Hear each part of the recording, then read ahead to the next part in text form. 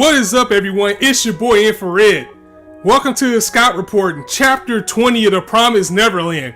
Big things happen in this chapter. Landmark chapter for the series, as we've been 20 chapters in now. I still can't believe it. So now we know the show is going to keep going on, and that is good because I look forward to this chapter every Monday. I really do. So with this chapter, Sister Crone has entered the field, and she's putting her coin into the battle. And you know what? The deal that she had, it was kind of convincing. I must admit, it was kind of convincing of what she offered, because you know she overheard the kids and their plan to escape. So what she brought to the table was saying, you know what? I'll turn a blind eye. I will let you guys escape, because think about it. You guys get what you want. You get to be free, and I will get what I want by becoming a mama, because, you know, if the kids escape, then mama will take the blame, and then Crone will get the position that she wants. And did we just get a little bit of characterization for Crone? I mean, I know it's flat out probably a lie, but she said to the kids that she wants to actually be a mama. It's like, after everything she went through, because she is a child of the system just like them. She has a tattoo on her neck. She went through the same things that they did. But she says, you know what? I want to be a mama, and I just want to stay in a nice, cozy home and just take care of these kids for the rest of my life. Which sounds good on paper, right?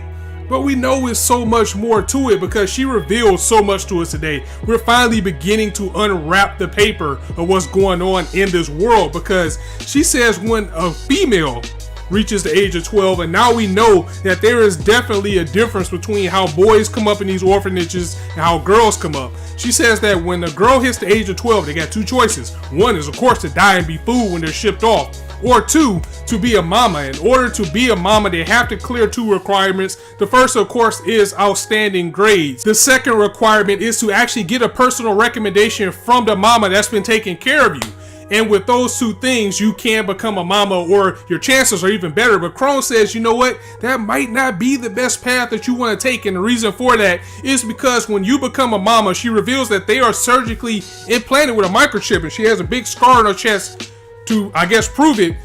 And with that microchip, if you go outside of your designated area, or if your heart stops, you die. Like, if you go outside the designated area, it sends a shock through your body, stopping your heart and killing you. And if someone happens to kill the mama, or her heart stops, that signal will go out to the higher-ups. And it makes me wonder, what's the difference between the chips that are in the kids and the chips that are in the mamas? It must clearly be a difference, because we found out that the chips in the kids are in the ear. I'm still holding on to those flowers that we keep seeing, like in Connie's death, for example. It's kind of like a bomb or something, or a tracker device that comes out when a kid dies or gets lost. It could be perhaps the same thing with the mama, except they actually get shocked. And I'm really still holding on to, you know, now that we're seeing there's a difference between what happens to boys and what happens to girls in this world, I'm still holding on to that breeding ground for boys. I'm telling you, these kids are coming from somewhere. I'm preparing hashtag Scott was right for that one whenever we do get that reveal.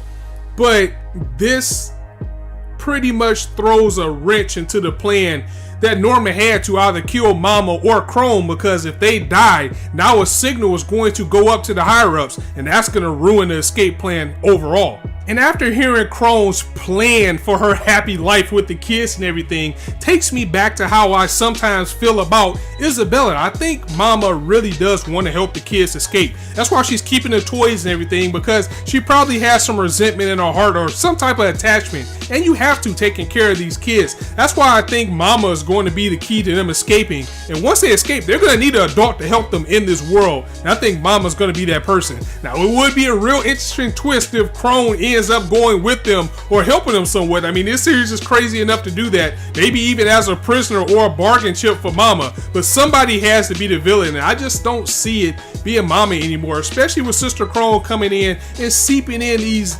machinations that she's building up. I just think she's still going to get checkmated by Isabella, and either she's going to be forced to help or she's going to meet her end, one of the two.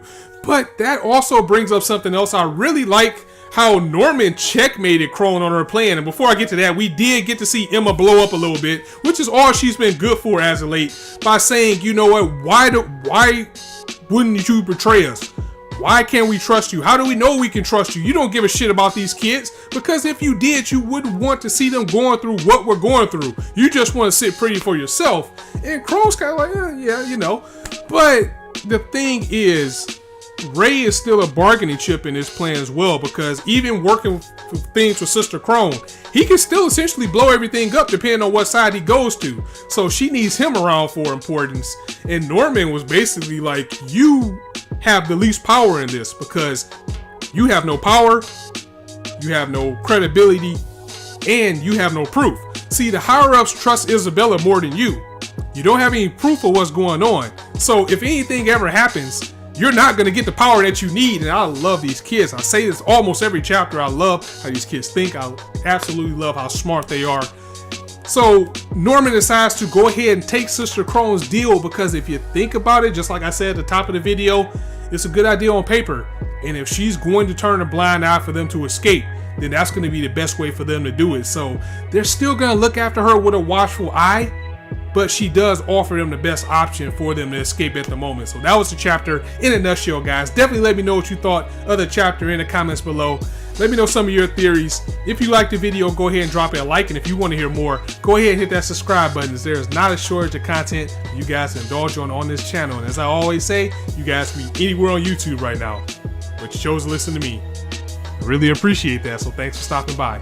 On that note, it's your boy Infrar-Ed signing out. See you soon.